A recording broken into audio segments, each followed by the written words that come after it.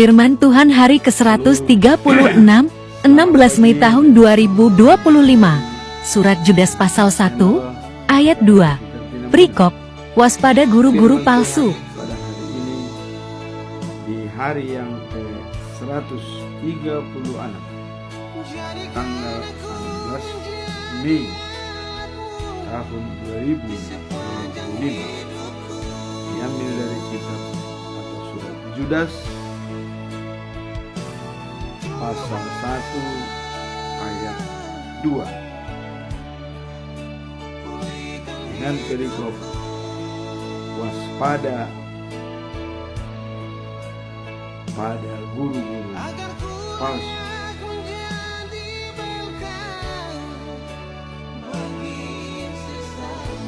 Perlu kita ketahui, Judas dalam tulisan ini bukanlah Judas Iskariot, tetapi Judas yaitu saudaranya Yakobus.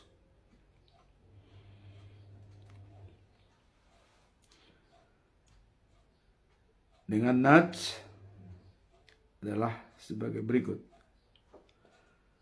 rahmat, damai sejahtera, dan kasih kiranya melimpahi kamu.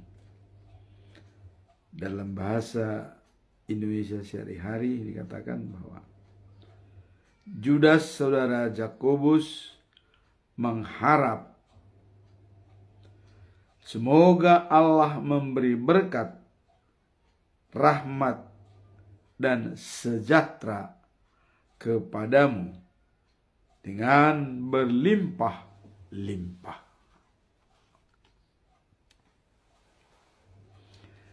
Bahasa Batak Toba Siganupari didok songonon.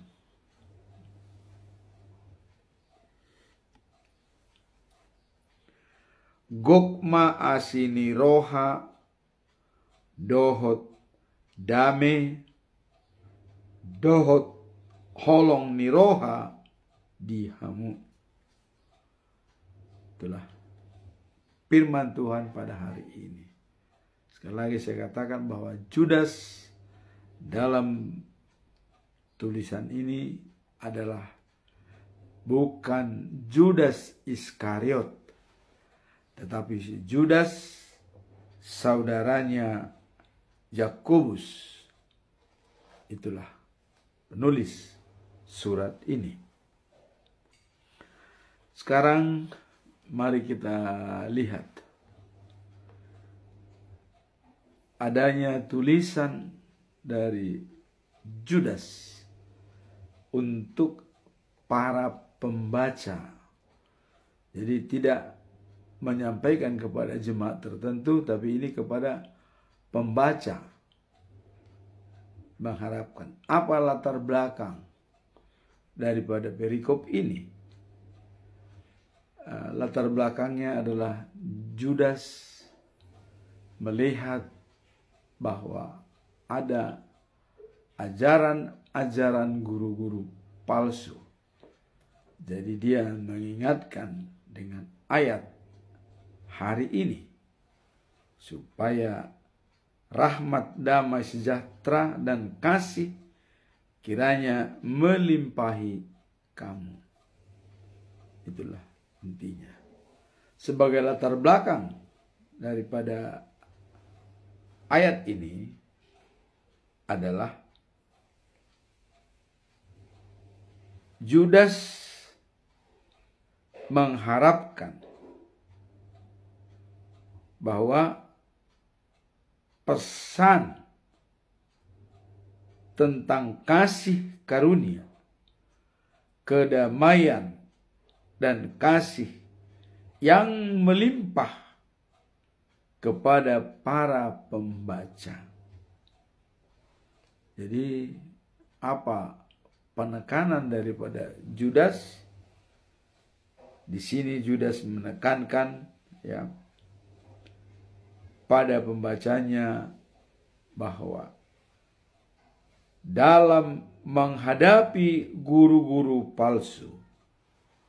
Artinya guru-guru yang sesat. Kita dimohon untuk memiliki kasih karunia untuk diri kita sendiri, dan kemudian kita juga harus menjadi sumber inspirasi untuk menciptakan suasana damai dan kasih di antara sesama. Jadi di sini dikatakan bahwa kita diminta untuk memiliki kasih karunia untuk diri kita sendiri. Dari mana kasih karunia itu kita dapat? Itulah yang ditulis para rasul-rasul, dan pada hari ini Judas sendiri yang menyampaikan damai sejahtera Allah bersama kita. Dan ini untuk kita sendiri sudah diberikan. Kemudian itu jangan berhenti.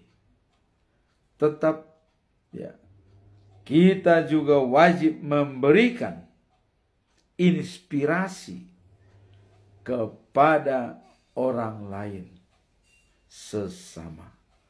Sehingga di sini tercipta kasih kepada Tuhan dan juga kepada sesama. Damai sejahtera Allah yang melampaui segala akal dan pikiran kita, sehingga kita merasakan begitu besar kasih Allah kepada kita. Dan kalau kita lihat dalam Injil Markus pasal 12 ayat 30 sampai dengan 31 dikatakan, cintailah Tuhan Allahmu dari segenap hatimu, dari segenap jiwamu, dari segenap akal budimu, dan dari segenap kekuatanmu. Itulah yang pertama, hukum yang utama. Hukum yang kedua dikatakan, cintailah sesamamu seperti dirimu sendiri. Nah, tadi dengan cinta atau kasih kita kepada Allah, sehingga kita menerima berkat kasih karunia dari Allah, damai sejahtera. Di saat kita telah menerima damai sejahtera atau kasih karunia dari Allah, wajib hukumnya kita juga menyampaikan inspirasi ini kepada orang lain. Disinilah dikatakan kasih kepada Tuhan Allah dan kasih kepada sesama, sehingga kita berinteraksi dengan baik kepada sesama. Inilah latar belakang dari ayat ini, dan juga sebagai pegangan kita kalau kita sudah menerima kasih karunia Allah, damai sejahtera, apa jaminan dari kita? Sebagai apa kita? Dalam Injil Matius pasal yang kelima ayat 9 dikatakan bahwa berbahagialah orang yang membawa damai, karena mereka adalah anak-anak Allah. Jadi barang siapa membawa kedamaian atau menyampaikan kedamaian, dia layak disebut sebagai anak-anak Allah. Matius pasal 9 ayat Matius pasal 5 ayat yang ke-9. Sekarang kita masuk dalam tujuan Judas. Apa tujuannya menulis surat ini kepada pembaca? Untuk apa Judas menulis tulisan ini? Dan sini kita lihat bahwa ayat ini adalah mengingatkan kita tentang pentingnya kasih karunia yang datang dari Tuhan, ya, dan bagaimana hal tersebut menjadi sumber pengharapan bagi orang-orang yang percaya. Jadi pentingnya kasih karunia dari Tuhan.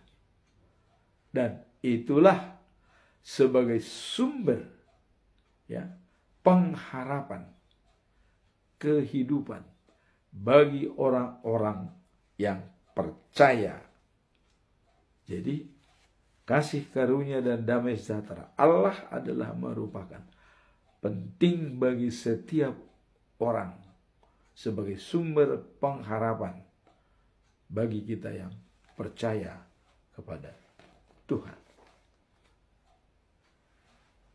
Dalam Roma pasal 14 ayat 19 dikatakan, sebab itu tujuan kita haruslah selalu untuk hal-hal yang menciptakan kerukunan dan saling membangun. Nah, jadi di sini sudah dikatakan bahwa tujuan kita haruslah untuk menciptakan kerukunan dan saling menguatkan, saling membangun. Inilah tujuan utama daripada perikop ini. Dengan damai, sejahtera, dan karunia dan rahmat dari Allah untuk menciptakan hubungan kita, baik dengan komunitas kita, relasi dengan Tuhan, dan relasi dengan komunitas kita, tercipta dengan baik. Nah, dalam ayat 18 Roma 14 dikatakan bahwa orang yang melayani Kristus adalah sama dengan menyenangkan hati Allah.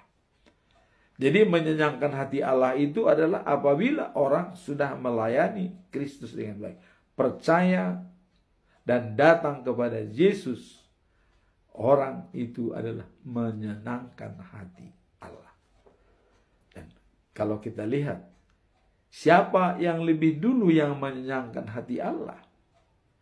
Kita lihat pada saat Yesus dibaptis di Sungai Yordan, ya, dia begitu bangkit dari air, langsung turun dari surga, merpati dan hingga padanya.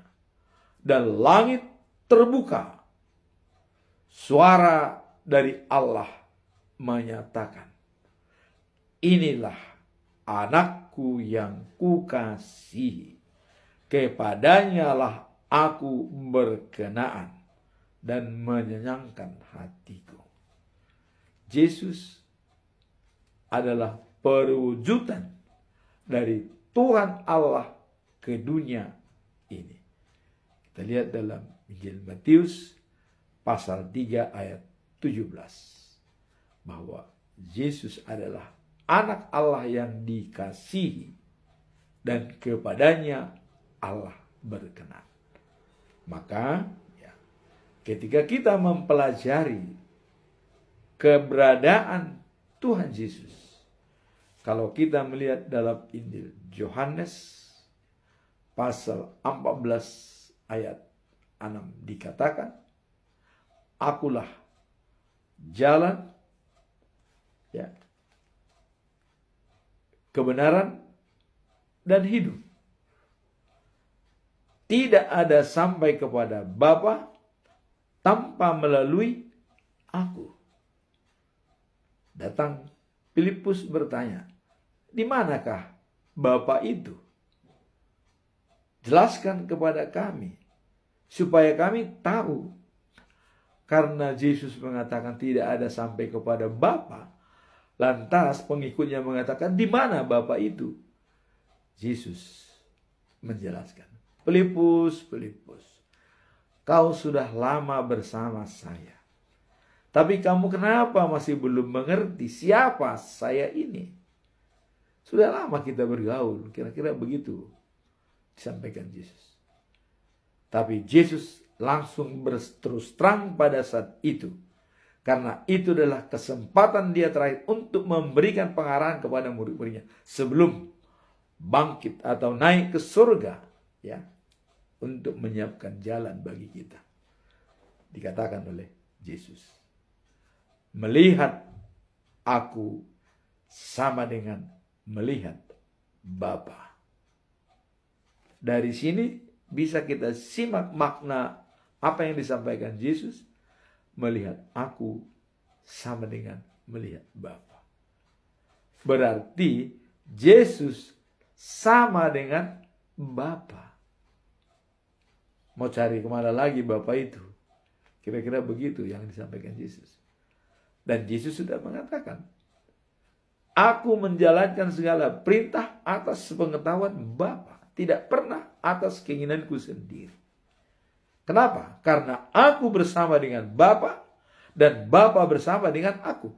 Jadi setiap apa tindakan Yesus itu adalah sesuai dengan kehendak Bapa. Karena kenapa? Dia bersama dengan Bapa.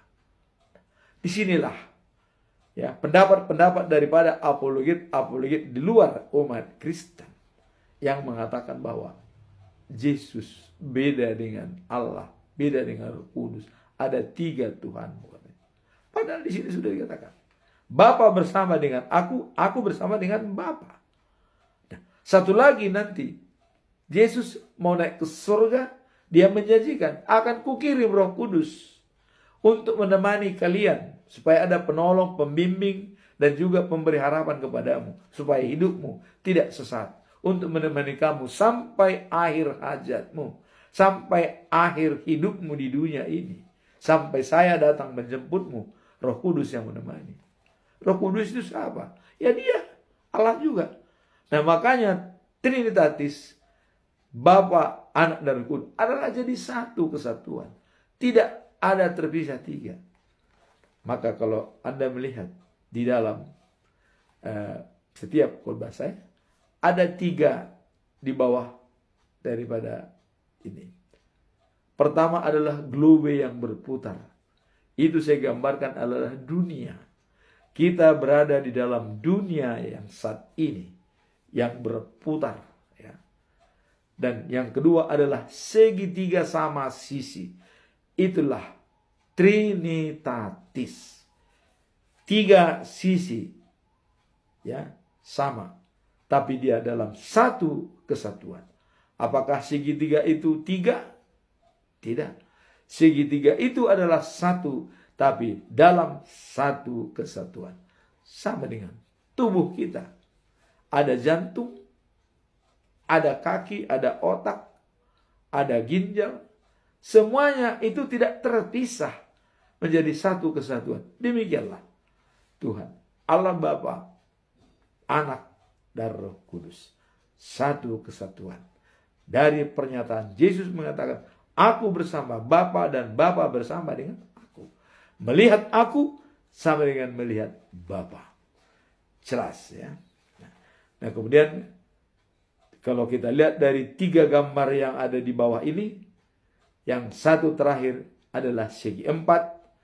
Itulah the new of Jerusalem. Itulah Jerusalem yang baru. Kita baca dalam kitab Wahyu pasal 21 ayat 9. Tuhan akan menciptakan Yerusalem yang baru. Langit lama, bumi lama akan tenggelam, akan hancur, dan ada langit baru dan bumi baru. Itulah Yerusalem yang baru. Disitulah Tuhan Allah memimpin segala-galanya, hanya satu pemimpin, yaitu Tuhan Allah. Nah, sekarang kita masuk dalam masalah tujuan yang disampaikan tadi, bahwa menunjukkan pentingnya pengalaman akan kasih karunia Tuhan, mengubah hidup dan membawa ketenangan ya dalam relasi dengan Tuhan dan sesama. Jadi adanya hubungan timbal balik antara manusia dan Tuhan untuk membangun relasi itulah. Maka rahmat Allah, karunia damai sejahtera diturunkan kepada kita agar kita tetap membangun relasi yang baik dengan Tuhan. Nah, kemudian apa pesannya dalam tujuan hidup tersebut? Kita tidak hanya menerima berkat, tetapi juga untuk menyebarkannya kepada orang lain, sehingga kehidupan kita dapat menjadi saksi yang hidup dari iman yang kita miliki. Jadi iman yang kita miliki menjadi saksi hidup terhadap orang-orang yang berada di sekitar kita. Itulah tujuan utama daripada perikop. Jadilah kita menjadi saluran berkat dan saksi hidup yang baik bagi orang lain. Mengasihi sesama, mengasihi Tuhan, membangun relasi dan saling menguatkan dan saling mengasihi. Terutama kita tetap fokus untuk memuji dan memuliakan Tuhan. Apa pesan moral daripada perikop ini? Pesan moralnya adalah pentingnya memiliki relasi yang baik dengan Allah dan sesama. Itu pesan moralnya. Jadi hubungan baik antara kita dengan Tuhan. Itulah pesan moral daripada ayat ini. Untuk hal ini maka rahmat, kasih, dan damai sejahtera sangat dibutuhkan bagi orang yang percaya kepada Yesus Kristus.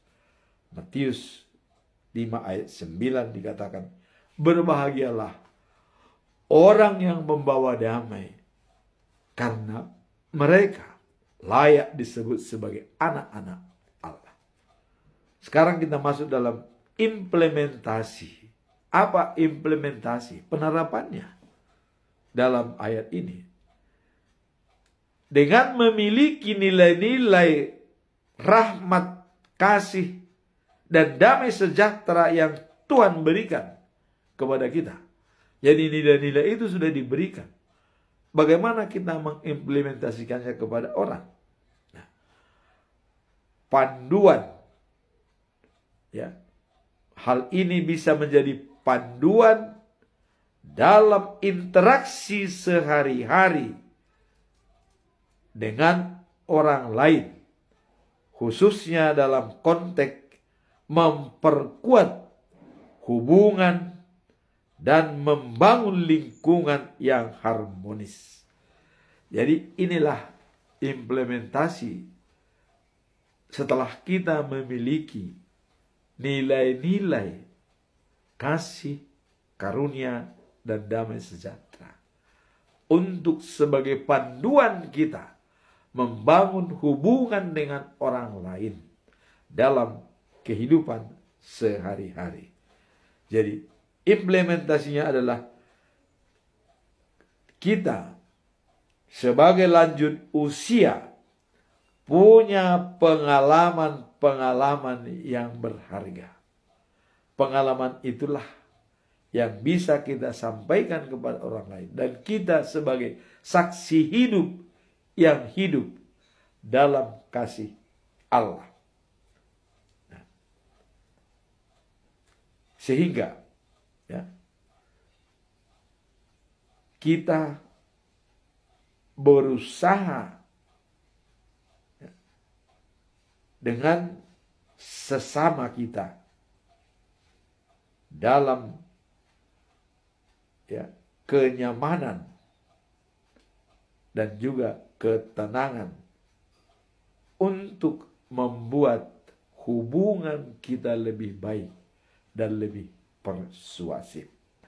Itulah implementasi daripada perikop ini. Nah, kalau kita lihat dalam Kolose pasal 3 ya, itu ayat 23 dikatakan, kita bekerja dengan sepenuh hati seolah-olah untuk Tuhan, bukan untuk manusia. Jadi kita bekerja untuk Tuhan. Kemudian dilanjutkan dalam Kolose 3 ayat 24 dikatakan, Tuhan akan memberikan upah atas tindakan-tindakan kita yang baik. Jadi kita bekerja dengan sepenuh hati adalah untuk Tuhan, bukan untuk manusia, dan Tuhan akan membalasnya atas pekerjaan kita yang baik. Kapan itu dibalas? Di saat kita life after life, the new of Jerusalem. Disitulah Tuhan memberikan catatan kepada kita. Kemarin kita membaca bahwa dalam Amsal 19 ayat 17, membantu orang miskin sama dengan memberikan pinjaman kepada Allah. Itu akan dibayar dengan tunai pada kita pada saat life after life, the new of Jerusalem. Demikianlah firman Tuhan pada hari ini. Dan pesan terakhir dalam Galatia 6 ayat 9. Jangan jemu-jemu berbuat baik, karena kita akan menuai pada saatnya bila kita tidak lemah dan tetap berada di dalam Yesus Kristus. Datang dan percaya kepada Yesus. Keselamatan hidup kekal menjadi jaminan bagi kita. Amin. Tuhan memberkati kita semua.